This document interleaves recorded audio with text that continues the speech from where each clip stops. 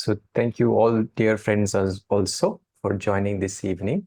And the topic, and I hope some of you also saw the image that they have made, the flyer they made for this particular satsang, rising above self-involvement, where the little girl is trying to take a selfie. It's a very innocent picture, and calling that self-involvement one, all of us probably will say, no, that's just a little too far-fetched. But so we'll start from there. Uh, I guess all of you have read enough, learned enough to agree when I say the spiritual scriptures say. What do they say? What are we made up of? We are all part of the same one self. There's no separate existence. The one which is there in all plants, all animals is there in each one of us. Actually, the same consciousness is running the entire universe, running this, our bodies and our existence also. So, and we all agree to that. So then where is the question? So where does the question of self-involvement come from? And you see, like, this is where the thing starts. As we say, okay, look at that picture of that innocent girl and she is taking a selfie, and then we find it innocent. There is nothing very wrong about it.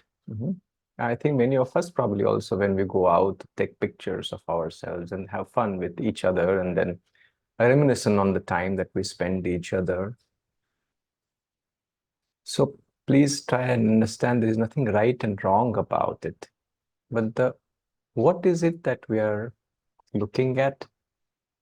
As we always look at this number of people here, and then there are names, and then there are some of you who have switched on your videos, we can recognize each other. But what are we actually recognizing? We're just recognizing each other's forms, isn't it? When we take a picture, what is the picture represents? That this is Bindu. Based on what? Based on the form. So we are so habitual to it. See, like to live in this world where the identification, the relation with each other is based on not the self that we started our definition with, but mostly our forms. The next best thing, tell me about Renu. If somebody asks me, she's a good friend, so I'll tell a few things that I recognize. This is my recognition. But many a times when people ask to tell, okay, tell me about yourself, what do we generally describe? Beyond the physical form, what we tend to describe is our personality. You see? We also say, okay, tell me what you like, what you don't like. We like our likes and dislikes. Tell me what you're good at, your strengths and weaknesses. Now, if you list all these things, habits you'll require, you'll realize is all this is our acquisition, isn't it? This is something that we have acquired over a period of time. I was not good at playing harmonium. I did classes and then I became good at it. This is something I probably personally can tell in this lifetime I recall doing it. But we also feel that, okay, there was times when, oh, this situation happened and all of a sudden I got a little flustered. I didn't know that will affect me so much. Meaning what? I found something within me which I didn't know till that time that it exists. Good, bad, ugly, all possibilities that we have discovered within ourselves, isn't it? And most of the time when we ask to share with each other, okay, tell me, we're sharing the incidents, sharing the discoveries that we have made and what we have found about ourselves.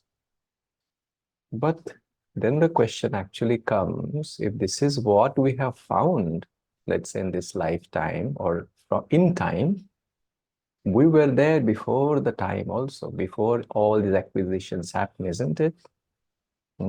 And yet, how many times we actually think about that, but this definition and this explanation is very satisfying, isn't it? We sort of live in that recognition and then identification. Ki I am this. We may say ki I am a soul, but when it comes to our behavior, we tend to fall into the possibility of the form or our habits, our samskar. when we talk about rising above this self-involvement, that's a very tall order. It's a very tall order because the moment we are above that self-involvement, we are beyond it.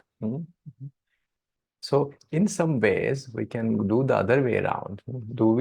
Are we self-involved? Most of the times we are. Every time we take a selfie, without having the thought that, what am I taking? How many times we think like that? No, we're just enjoying the moment. That's what we say. And there's nothing wrong about it. So please get it right. Just it is important for us to go through this journey also. Ki, what is the problem with the world of form? We take the picture and say it was so beautiful time. As Pramilaji says, I was in Chandigarh.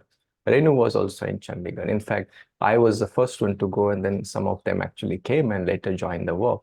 And then before we could do some lot more things, I actually escaped and came to Pune. Now, was I happy about it? No. Were they happy about it? No. It wasn't necessarily thought out like that. We were having a good time. And all of a sudden, what happened? There came a separation. Now we all say, oh, so sad, so sad. We go through this over and over. No? It doesn't mean that now I will have such a distance if the time comes for whatever reason. I'm not hoping for it necessarily. But Pune moves, and then all of a sudden I will go through the same pain and pangs again and again. This is going on and on. We live in this world as if this is a permanent possibility. We are having a good time right now. 7:15, this is going to get over. Add 15 more minutes, 30 minutes it is going to go, and so-called normal life will kick in. And yet, most of the times when you look back and say, oh, the 7 to 7:30 is a better time in my life. Attachment, you see, this is also kind of a like and dislike. I prefer this period. I don't prefer that period. We are involved.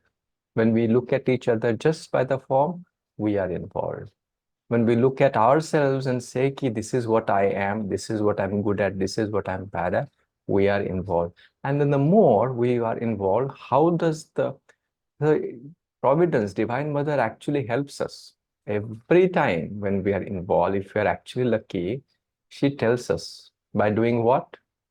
Creating some kind of a suffering in our life. Like we're just having a good time, and she says, all of a sudden, now you move. Oh, why? Why? Because I'm relating on a level which is not the final truth. It is correct on a level of reality. See, one of the biggest trouble we see, look the world around us, and this is a very beautiful thought, but people have strong beliefs. We have strong beliefs, don't we? But if that belief is not anchored in the final self or the final truth, how much havoc happens in the world? In the name of religion, and not that these people are bad intentionally, just that they have chosen a truth which doesn't encompass everyone and every person's reality. Every time when we find each other, okay, I'm fighting with Bindu, or for that matter, anybody else. No, I don't agree. This is my version. You see, like the one, if you ask, like, what is the one version, the final truth is all encompassing.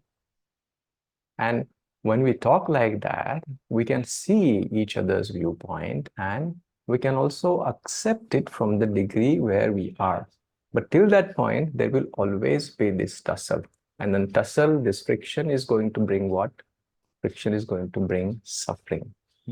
So in fact, whenever there is a suffering, it's actually an excellent sign for a yogi.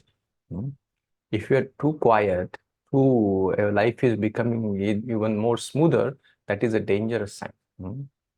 But if there is a turbulence, it is a good sign in the sense what? It tells us that we are getting involved. I shared this story yesterday, but I'll put it in a different context. This is, I think you have heard this before. In Ananda village, monks one time decided that they are going to do this exercise of practice Hong Sau together. And every time the mind wanders, they're going to catch it, or whenever they catch it, that the mind is wandering, they're going to chant Om. And then they all sat together meditating. And what happened? Somebody caught the thought that they are not paying attention to the breath and chanted Om. Second chanted Om, the third. And soon it turned out it became like an Om chanting session. You can try yourself as well. And first of all, actually, it's a very success story. But that let's leave it aside for now because they were catching that their mind is wandering. What that means, it is so easy for us to get caught up. This is self-involvement. This is the power of our habits that we have. It is very easy to go there. Bringing it back to a possibility is our task. And that is what our meditation in some ways actually has twofold purpose, if you say. First is bringing this into our experience that we don't have a separate existence. There is nothing which I can call I. Maybe this body can look like mine, but I have that body. And this is a good contemplation. If you don't agree with me, great. I say, take it into your meditation and find out you feel this is something completely mine. Meaning what? Or completely me, not mine. Separate. Like mine, we understand. A body is all mine. You don't have it. Pramilaji has her. I have mine. But what is it that is, when I say I, which is very unique to me? You will realize there is nothing like that. It is the same one life which is there in this body, is in all. But these are words, as I said, in twofold part in our meditation, we first try to touch this possibility, feel the truth behind what I just said. And then we water this thought. We water this thought. Most of our day, all our actions, we are still consciously or subconsciously watering the other thought of self-involvement. I am the body, I am the mind, I am the personality, I am my preferences, I am my likes and dislikes. We don't say it like that, but if you reflect, our actions are watering all these things. So when are we watering the other part? We choose meditation. Create possibilities throughout the day. Whenever I remember one time in Palo Alto, Nayaswami Lahari and Biraj, they were our teacher. So they were leading a sadhaka program. So one exercise they gave me is like, we're going to do a seva. I'm sure all of you have done seva at the center or somewhere at some point in time. So it's like we are going to do sweeping each the whatever the grounds of the temple. So it's fine. I said, but one thing we are going to do, we are going to do in silence. That's easy. Okay, well, let's do it in silence. And this is the third thing. Whenever while doing this, if you come across each other, you pause. You look at each other. And look at each other not just as your friend or Biraj looking at Amit, but look and appreciate the presence in each one of us, and then continue. Now, I wasn't mature enough at that moment to really understand the profundity of this, but I remember what we were doing. This is 12 years ago, I'm telling you. Every time I remember, I sort of would bump into someone because I'm cleaning and will stop, and they will just stare into each other's eyes. We will pause for a moment. And now we are acknowledging not just that we are on the level of friends, we are meeting at Palo Alto, but the divine presence in each other. In Maharashtra, where the moment I am, there is a Varkari, how do you say, community. And they have a very beautiful tradition, if I may say. Whenever they meet each other, they touch each other's feet. No, not about the age difference or the gender, nothing, just each other's feet. And that in a movie, Tukaram, he explains what that means. He says this gesture is not about giving just the respect, but it is the respect paid to the presence of God in each one of us. What a beautiful tradition. And dear friends, I feel the solution, no solution, a good practice for us is to water the possibility that actually we are all one. There are enough divisive forces, and I'm not talking about forces outside, but within ourselves, which go by this habit that I am someone separate and then the rest of you are separate. And all of us have that. So it is our possibility to be consciously water the other side of it. I'll end it with this story from the life of a saint, uh, Rabia. How do I pronounce it? I don't know. It's Rabia. She was a Sufi saint and on her deathbed. And of course, there was a lot of pain and suffering. So few of her disciples came to her, say, to thinking that they will console her. So one said, Ki, Mother, is no true lover of God who is not willing to suffer for God. He was hoping that the mother will say, well said, my son. But she said, no, I smell a little bit of egotism in your words. Then second said, yes, I agree. So then how will you say? So the second disciple says, I feel is no true lover of God who is not happy to suffer for the divine. He said, no, there is still egotism. You have to try harder.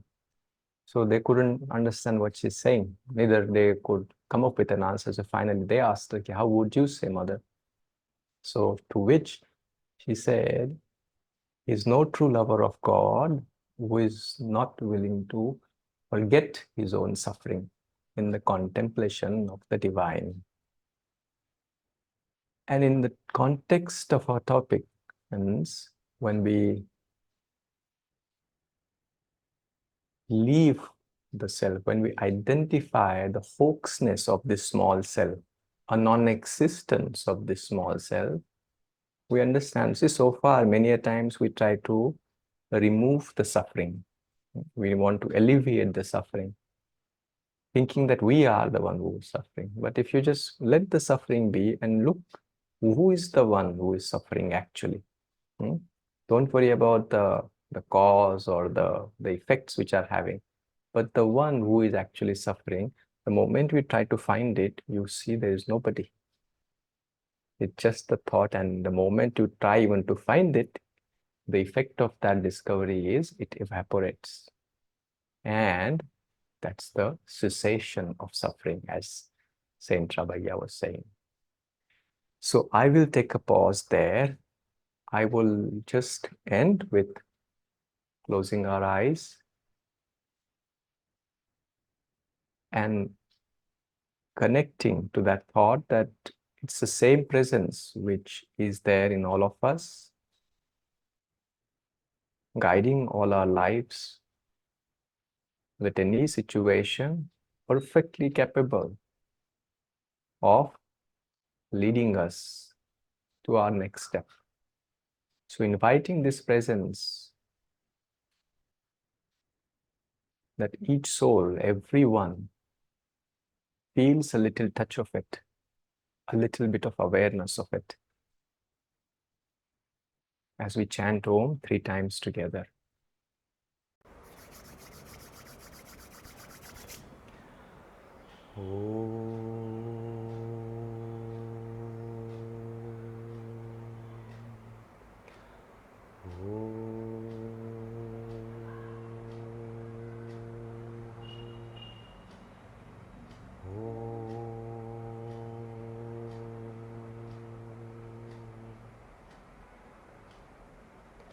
Om Shanti Shanti Shanti.